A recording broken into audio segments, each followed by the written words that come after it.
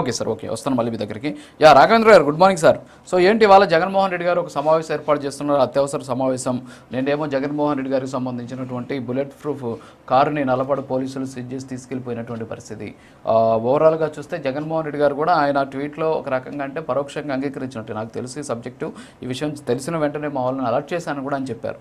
కానీ ఈ వీడియోలు బయటకు వచ్చిన తర్వాత కూడా వైఎస్ఆర్ కాంగ్రెస్ పార్టీకి సంబంధించిన నాయకులు ఏ వీడియోలు అని చెప్పేసి అంటే చనిపోయినటువంటి ఆ వ్యక్తికి సంబంధించినటువంటి ఆ గౌరవం కూడా కాపాడలేనటువంటి సిచ్యువేషన్లో వాళ్ళు పెట్టినటువంటి ట్వీట్స్ చాలా ఉన్నాయి. సో అవన్నీ కూడా చూసినటువంటి పరిస్థితి. ఈవెన్ దో మొన్న నా డిబేట్లో కూడా వైఎస్ఆర్ కాంగ్రెస్ పార్టీ అధికార ప్రతినిధి మాట్లాడుతూ మిమ్మల్ని కూడా ఒక అమ్మాయితో పెట్టి డ్యాన్స్ చేయించి ఆ వీడియోలు కూడా ఎంతసేపులో కావాలో చెప్పండి మీకు ఇస్తామని చెప్పారు. సో దాన్ని కూడా కట్ చేసుకుని వాళ్ళు సోషల్ మీడియాలో ట్రోల్స్ చేస్తూ ఉన్నటువంటి పరిస్థితి. మరి ఇంత వెటకారంగా అంటే ఒక మనిషి చనిపోతే ఇంత దారుణంగా ప్రవర్తిస్తుంటారా ఏంటి అసలు? ఏమంటారు రాఘవేంద్ర గారు?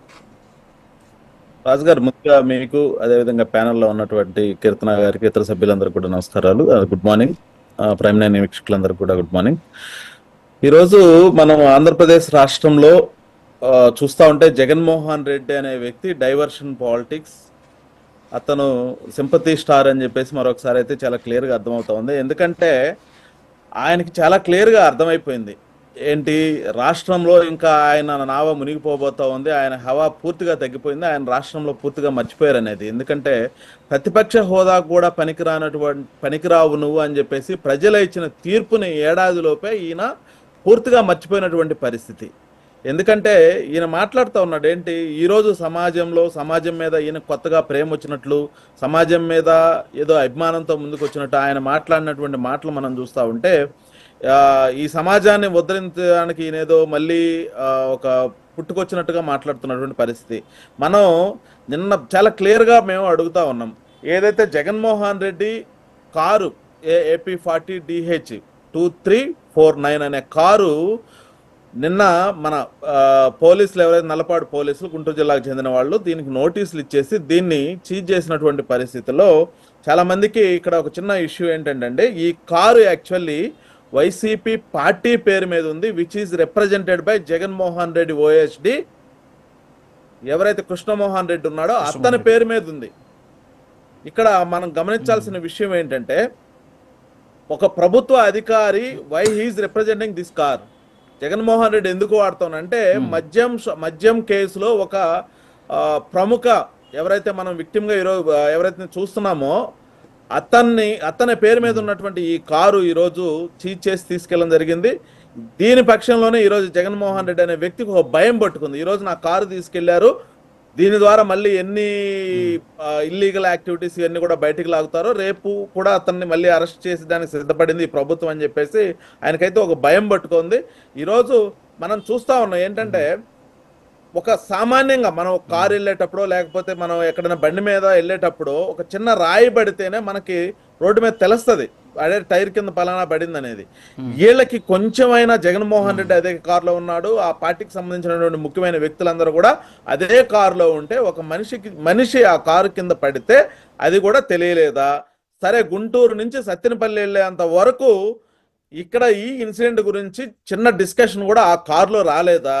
జగన్మోహన్ రెడ్డి గారు మళ్ళీ నేను రిటర్న్లో నాకు తెలిసింది ఇలా జరిగిందని చెప్పేసి స్వయాన ఆయనే చెప్పాడు.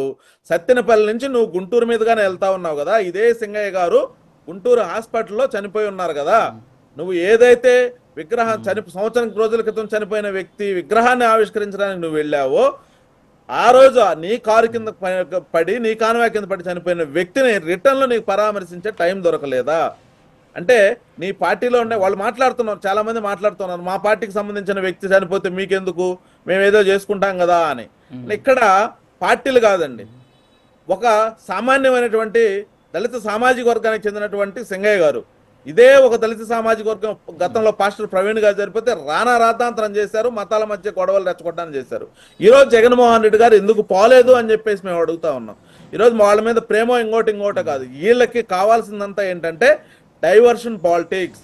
ఈరోజు రాష్ట్రంలో జగన్మోహన్ రెడ్డి ఏదైతే సత్తెనపల్లి పర్యటన సందర్భంగా 3 చనిపోయారు నిన్న మధుతో కూడా కలుపుకొని. ఈ 3 గురించి మాట్లాడనరా నాయన అంటే నాకు భద్రత ఇవ్వలేదు, నాకు రక్షణ కల్పించలేదు అని చెప్పేసి మాట్లాడుతూ ఉన్నారు. వీళ్ళకి నేను ఒకటే అడుగుతా ఉన్నా, గతంలో మీరు ఇదే చంద్రబాబు నాయుడు గారు ముఖ్యమంత్రిగా ఉన్నప్పుడు ప్రతిపక్షంలో ఉన్నప్పుడు మీరు ఏం చేశారు? చంద్రబాబు నాయుడు గారిని ఏ విధంగా ఇబ్బంది పెట్టారు? పవన్ కళ్యాణ్ గారిని ఏ విధంగా ఇబ్బంది పెట్టారన్న విషయాన్ని కూడా మీరు గుర్తు చేసుకోవాలి. అటు వైజాగ్ ఎయిర్పోర్ట్లో కానివ్వండి, ఇటు తిరుపతి ఎయిర్పోర్ట్లో కానివ్వండి, చంద్రబాబు నాయుడు గారు కుప్పం పర్యటనలో కానివ్వండి, పవన్ కళ్యాణ్ గారు ఇప్పటం పర్యటనలో కానివ్వండి, మీరు ఏం చేశారండి? మీరు అధికారంలోకి వచ్చిన తర్వాత జూన్లో అధికారంలోకి వచ్చారు 2019. ఎమ్మడే చంద్రబాబు నాయుడు గారికి స్టేట్ పోలీస్ సెక్యూరిటీ ఏదైతే ఉందో మొత్తాన్ని తీసి పడేశారు. మళ్ళీ మేము కోర్టుకి వెళ్ళి అక్టోబర్ నెలలో తెచ్చుకున్నటువంటి పరిస్థితి. ఈ రోజు వీళ్ళు మాట్లాడుతూ ఉన్నారు, ఏం మాట్లాడుతున్నారు? మాకు సెక్యూరిటీ ఇవ్వలేదు, మాకు అందువల్లే ఇదంతా జరిగిందనేది. మేము ఒకటే చెప్తా ఉన్నాం, నిన్న జగన్మోహన్ రెడ్డి గారి పర్యటన ఏదైతే సత్తెనపల్లి పర్యటనకి వెళ్ళాడో 679 మందితో మేము వాళ్ళకి సెక్యూరిటీ ఇవ్వడం జరిగింది. వాళ్ళతో పాటు 15 రోప్ పార్టీలను ఇవ్వడం జరిగింది. ఎక్కడ సెక్యూరిటీ ఇవ్వలేదు. ఈ రోజు కూడా జగన్మోహన్ రెడ్డి ఇంటి దగ్గర పులివెందుల్లో 71 మంది పోలీసులు ఈ రోజు కూడా సెక్యూరిటీ ఉన్నటువంటి పరిస్థితి. ఆయన గతంలో అంటే ఆంక్షలు ఎందుకు పెడుతున్నారు? ఆంక్షలు అంటే మీరు రాప్తాడు వెళ్ళారు, రాప్తాడు వెళ్ళేసి ఆయన హెలికాప్టర్ మీద ఆయనే దాడి చేయించుకొని ఆయన కార్యకర్తల చేత ఆయనే ఆ హెలికాప్టర్ మీద తొక్కించుకొని నాకు రక్షణ లేదు అని చెప్పేసి కూడా ఆయన మాట్లాడినటువంటి పరిస్థితి. జగన్మోహన్ రెడ్డి గారు బై రోడ్ రావాల్సిన పరిస్థితి వచ్చింది. ఇటువంటి సందర్భాల్లో ఆయనకు రక్షణ కల్పించాల్సిన బాధ్యత ఈ ప్రభుత్వం తీసుకుంది, దానికి కట్టుబడి ఉంది. దానికి తగ్గట్టుగానే ఈ రోజు మేము ఆంక్షలు ఇచ్చాం. ఆంక్షలు అంటే నిన్ను వెళ్ళొద్దని మేము చెప్పట్లేదు, నీకులాగా మేము జీవో 1లు తీసుకురాలేదు. యువగళాన్ని ఆపడానికో, పవన్ కళ్యాణ్ గారి వారాహయాత్రను ఆపడానికో, నీ చంద్రబాబు నాయుడు గారి పర్యటన ఆపడానికి మేమేమి ఆంక్షలు తీసుకురాలేదు. నువ్వు వెళ్ళు, రాష్ట్రంలో ఎక్కడైనా తిరుగు, కానీ వెళ్ళిన దగ్గర ఎక్కడా కూడా రెచ్చగొట్టే పూరితమైనటువంటి మాటలు మాట్లాడొద్దు, శాంతియుతంగా మాట్లాడ